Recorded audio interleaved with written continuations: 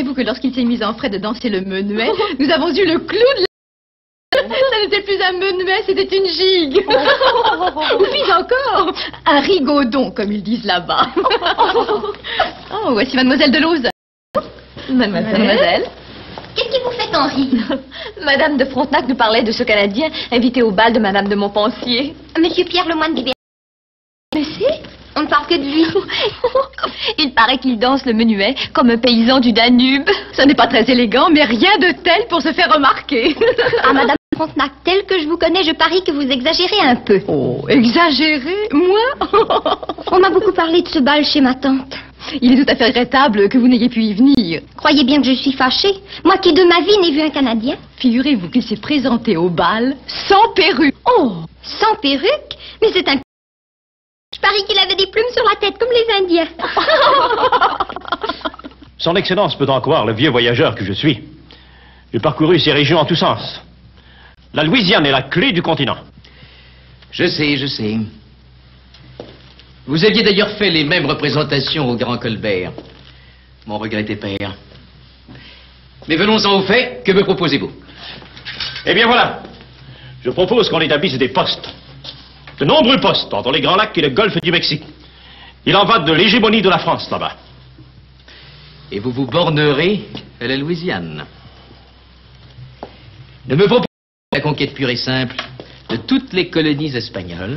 Je n'ai aucune arrière-pensée de conquête, Excellence. Voilà pourtant ce que me propose Penasola, le conquistador. Et il est appuyé par les abbés Bernoux et Renaudet. Je ne discute pas les plans de Penasola, Excellence. Voyez, j'ai ici une carte. C'est le tracé de ma dernière expédition, vous verrez. Mon plan ne le cède en rien à celui de l'Espagnol. Voyez, la Louisiane est ici, et voici le fleuve qui la traverse. C'est à peine croyable, ce n'est pas un pays, c'est un continent, Excellence. Et ceci? Ce sont les forts que je propose. Vous conviendrez, Monseigneur, qu'ils assureraient à la France une position stratégique inexpugnable.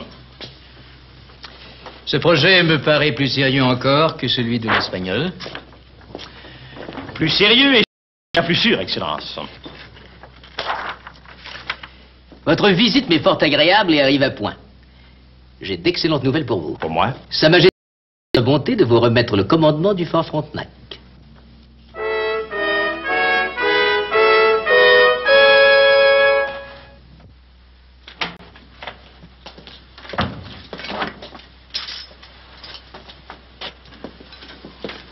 Tu as fière allure dans cet équipage. C'est plus qu'il n'en faut pour rencontrer le ministre.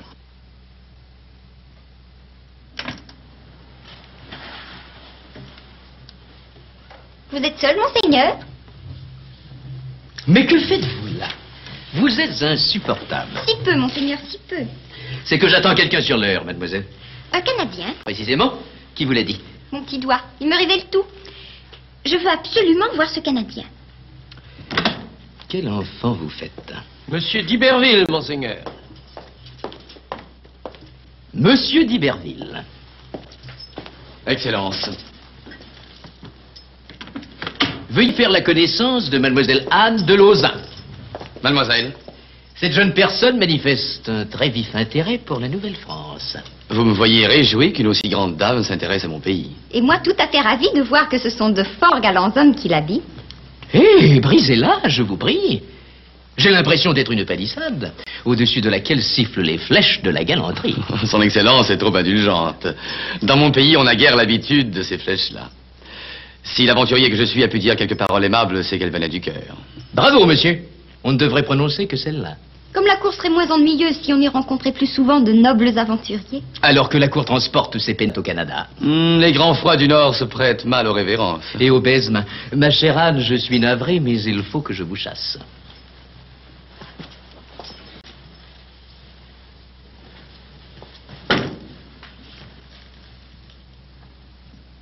Comme elles sont jeunes.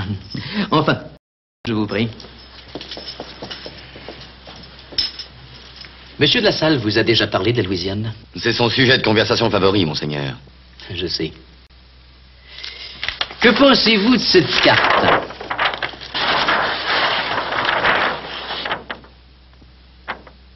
Qu'y a-t-il? Je n'imaginais pas la Louisiane ainsi. Vos connaissances n'égalent sûrement pas celles de Monsieur de La Salle. Sans aucun doute, monseigneur. Enfin, laissons cela. Si. Au sujet de cette demande que vous m'avez transmise de la part de Monsieur de la Barre, je suis au regret de vous dire que le roi ne dépêchera pas d'autres troupes régulières en Nouvelle-France pour le moment. Mais, je sais ce contretemps vous ennuie. Vous autres, les Canadiens, vous ne voyez que votre coin de terre. Et vous oubliez qu'il y a aussi l'Espagne, l'Autriche et l'Angleterre. Bien sûr, Excellence. Mais nous avons les Iroquois. Le nouveau gouverneur de Montréal a reçu des instructions à ce sujet. Le nouveau gouverneur? Le successeur de M. Perrault a été désigné. Simple formalité, d'ailleurs, je n'ai fait qu'enterrer. M. Calière est actuellement en route pour Québec. Il confirmera à M. de la Barre la décision du roi de ne pas faire la guerre aux Iroquois. Fasse le ciel, monseigneur, que cette décision ne vienne jamais aux oreilles des Iroquois. Il suffit de ne pas les provoquer. Ils attaquent sans crier gare, monseigneur. Ils représentent une menace constante pour le commerce de la colonie. Les marchands savent quelque chose. Les marchands ont mauvaise réputation à la cour. Le saviez-vous? D'ici, on a l'impression que le commerce les passionne plus que le défrichement. C'est que pour bien défricher, monseigneur, il faut pouvoir tenir en respect l'Iroquois. Tout est à faire là-bas. Défricher, occuper le territoire, s'assurer une fois pour toutes la possession de la baie d'Hudson. Pardonnez-moi, monsieur, mais là, je vous arrête. Il ne s'agit plus de déloger les Anglais de la baie d'Hudson. Ils en ont fait la découverte, et un traité leur en assure la possession. Son Excellence m'autoriserait-elle de différer d'opinion là-dessus? Un Canadien a droit à ses opinions. C'est la moindre des choses. Et vous avez été déçu? Évidemment, comtesse.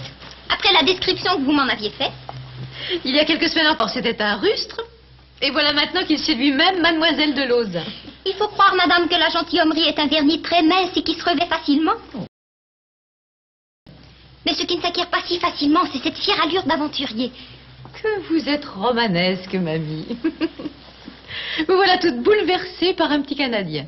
C'est qu'on raconte tellement de choses sur cette lointaine Amérique. Oui, je risque moi-même d'en entendre beaucoup plus que je ne voudrais.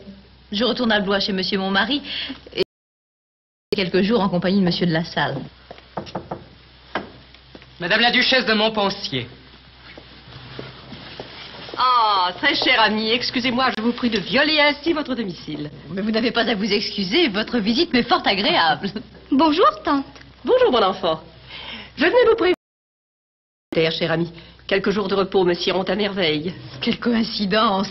Je rentre moi-même à Blois chez monsieur mon mari. Et madame la comtesse me prie justement de l'accompagner. Vous, ma nièce? Oui, le voyage me semblera plus court en si charmante compagnie.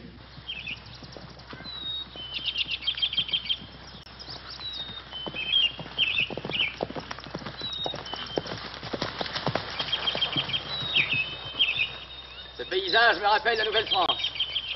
Paysage, peut-être, mais le climat est celui de la Louisiane. Dites-moi un peu. Monsieur de Seignelay m'a montré cette carte que vous lui avez laissée. Ah oui? Ce n'est pas du tout celle que vous m'aviez montrée en mer. C'est celle que tu as vue sur le bateau qui est la bonne. Je ne comprends pas. C'est que tu ignores tout des intrigues de la cour. Par exemple? Les hommes sont ainsi faits. Il faut leur montrer ce qu'ils veulent voir et non ce qui existe. À quoi bon les risquer de tout perdre? C'est ce qu'on appelle de la diplomatie.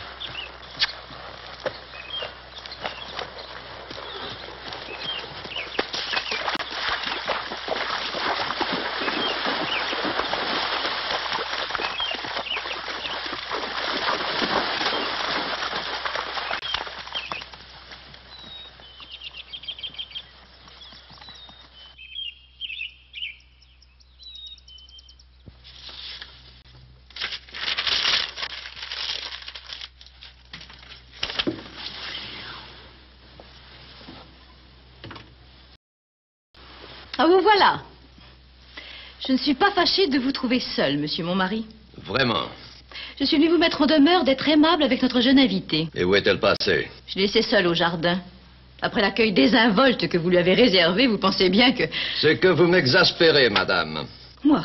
Je croyais que vous m'apportiez cette fameuse gratification du roi, mais au contraire, vous m'arrivez avec toutes ces lettres de créanciers. et une poupée en dentelle. Monsieur Kahn de Lauzun n'est pas une invitée ordinaire. Je sais, la nièce de Madame de Montpensier. Ah, et après? Inconscience admirable. Madame de Montpensier est la confidente du roi. Mais à quoi cela vous sert-il, madame, si vous négligez d'obtenir cette gratification du roi? Nécessaire à améliorer notre situation, car nous sommes ruinés, madame, ne l'oubliez pas. Mais faites donc vous-même les démarches qui s'imposent. Un ancien gouverneur de la Nouvelle-France ne saurait commander de faveur. Voulez-vous me voir perdre le prestige qui me reste? Nous sommes ruinés, vous le dites vous-même. Le comte de Frontenac est au-dessus de ces considérations.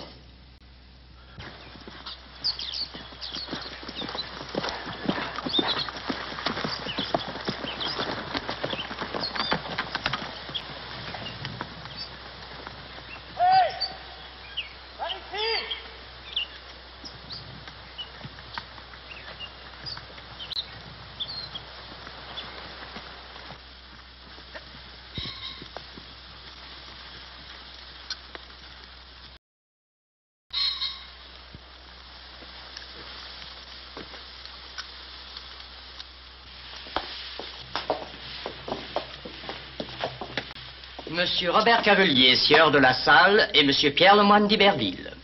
Ah, messieurs, quelle joie! Madame la comtesse? Monsieur. M'apporter l'air d'un pays qui m'est très cher. Je vous présente Pierre Lemoine d'Iberville. Comtesse? Votre réputation vous a précédé, jeune homme. Oh, madame. Monsieur le comte? Lemoine, le fils de Charles. Ah! Eh bien, souffrez, monsieur de la Salle, que je vous laisse en... Quant à vous, jeune homme, je vous enlève. Allons au jardin, nous y serons beaucoup mieux qu'ici.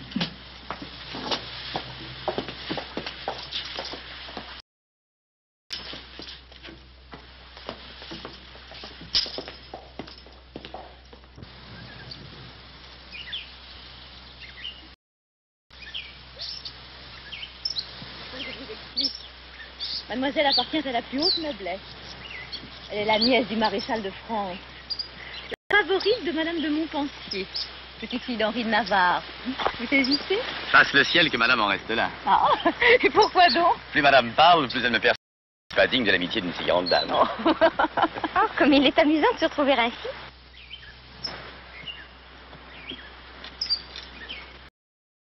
Mademoiselle? Monsieur, Vous êtes très en beauté, ma chère. Que n'en profitez-vous pour faire une promenade avec ce galant chevalier? excellente idée. À moins que monsieur... Tout ce qui peut vous être agréable. Alors allons-y.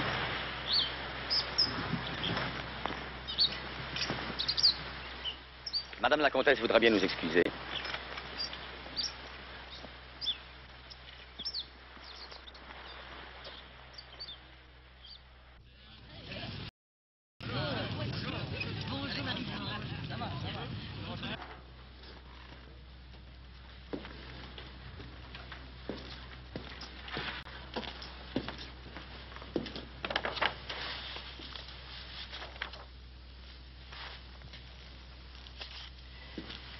Tout bien examiné, je ne vois rien qui s'y oppose. Monsieur de Frontenac?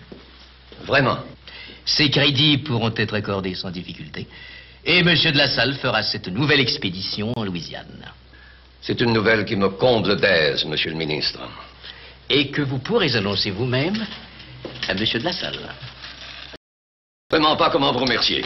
C'est Monsieur de la Salle qui doit vous remercier. Car sans vous, ces crédits... Que voulez-vous? Cette nouvelle France me tient à cœur. Je tiens monsieur de la Salle pour... Vous avez largement part à ses mérites, Quentin. Oh, moi. Vous êtes trop modeste. Dites-moi, vous avez des nouvelles de Mademoiselle de Lauzun? Elle est toujours chez moi. Semble s'y plaire beaucoup. Elle a même décidé de prolonger son séjour d'1 semaine. Vraiment? Vous n'ignorez pas que Mademoiselle est ma protégée. J'ai pour elle beaucoup d'estime. Et vous l'avouerai-je, beaucoup d'affection.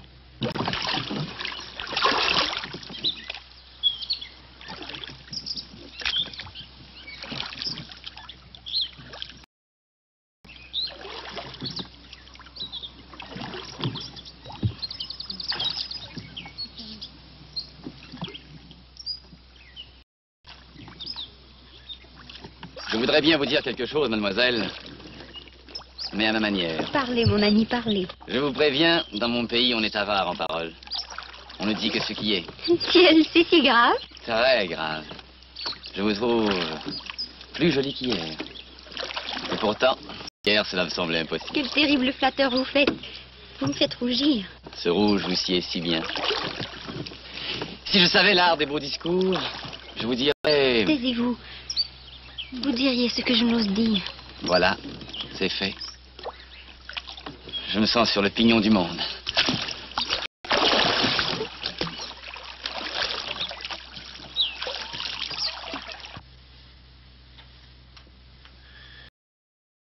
Vous ignoriez ces choses. Une escapade galante sans conséquence aucune. C'est de l'inconscience. Vous qui respirez l'air même une réalité pareille, alors que moi, il m'aura suffi d'une journée à Versailles. Et qui donc vous a si bien renseigné? Le ministre lui-même. Monsieur de Seignelay? Non seulement il a de l'estime pour mademoiselle de Lauzun, mais encore beaucoup d'affection, et ce sont ses paroles propres. Et si jamais il apprend que vous avez machiné...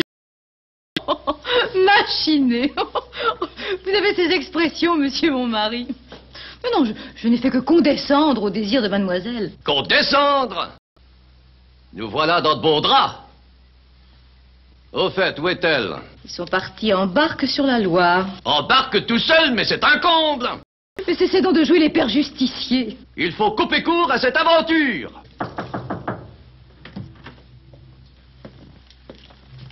Madame de Montpensier, duchesse de Lauzun, vient d'arriver. Madame de Montpensier, ici? Oui, madame. Ah, eh bien, faites entrer, voyons, faites entrer. Nous y voilà. Vous y êtes allé souvent chez les Iroquois. Il n'est pas nécessaire d'y aller.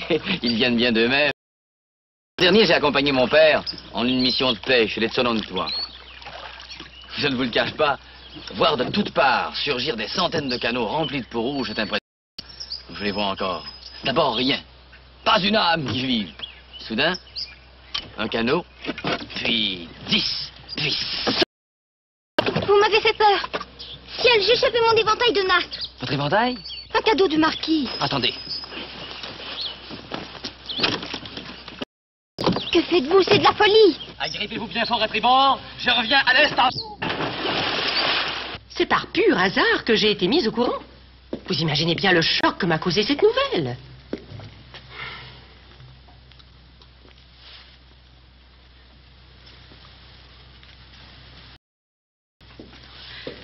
Je suis navrée, duchesse, croyez bien. Mais Anne a tellement insisté pour venir. Mais il ne fallait pas l'écouter. Anne est à l'âge du romanesque, tout l'exalte. Il suffirait que je ferme les yeux, elle partirait avec le diable. Je suis prête à réparer mon imprudence, croyez-moi. Que me conseillez-vous? D'abord, il faut que le marquis de Seignelay sache que je n'ai aucunement trempé dans cette affaire. Il ne me le pardonnerait jamais. Vous irez donc le voir. Moi? Mais sous quel prétexte? Vous allez comprendre. J'ai cru que vous alliez vous noyer, Dans quelques pieds d'eau? comme vous en parlez. Vous repartirez sans doute bientôt et nous ne nous reverrons plus jamais. Oh, il faudra sans doute plusieurs mois encore avant que j'obtienne mon grade d'enseigne de vaisseau. Et quand je l'aurai... Vous pourriez vous engager dans la marine du roi. Vous n'iriez combattre qu'en Méditerranée ou sur les côtes de Bretagne. Ainsi, nous pourrions nous voir souvent. Maintenant que... Comtesse, puis-je savoir ce qui me vaut l'honneur de cette visite? Eh bien, il s'agit de ce jeune Canadien, monsieur le marquis. Vous aussi, vous préoccupez du sort des Canadiens. Et pas encore pour monsieur le comte. Mais vous... C'est que ce pauvre jeune homme se languit dans notre serre chaude.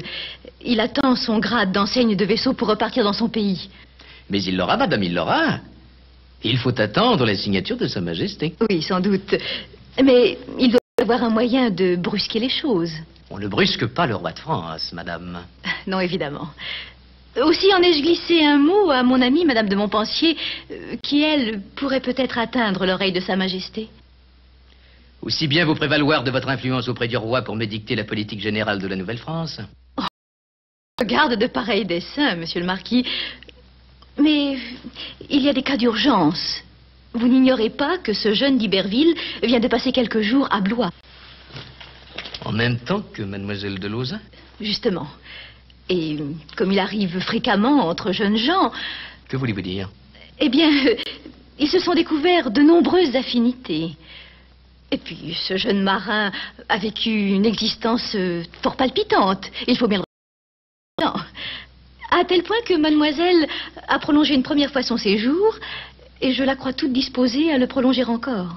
Et tout cela s'est passé sans que vous n'en eussiez. Permettez-moi de m'étonner, madame.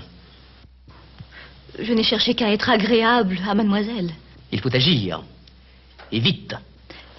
C'est pourquoi j'ai pris sur moi d'appuyer les nobles ambitions de ce jeune homme qui ne rêve que de tempête et d'abordage et de servir son roi outre-mer.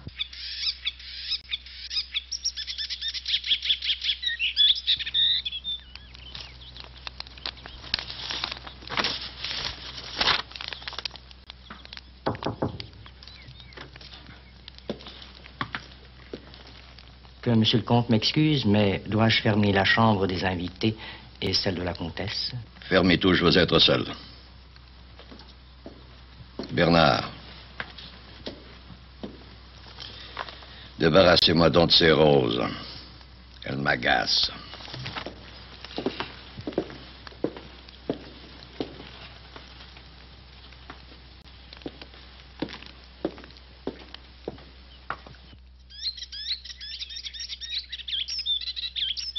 Voici votre brevet, le tout dûment signé. Vous vous embarquerez la semaine prochaine à La Rochelle. Quand pourrai-je quitter Versailles? Ce soir même. Ce soir? Aurais-je des ordres à rapporter? Le marquis de Pontchartrain, mon secrétaire, vous les fera tenir. Je vous souhaite bon voyage, mon ami. Je vous remercie, Excellence. De tout cœur.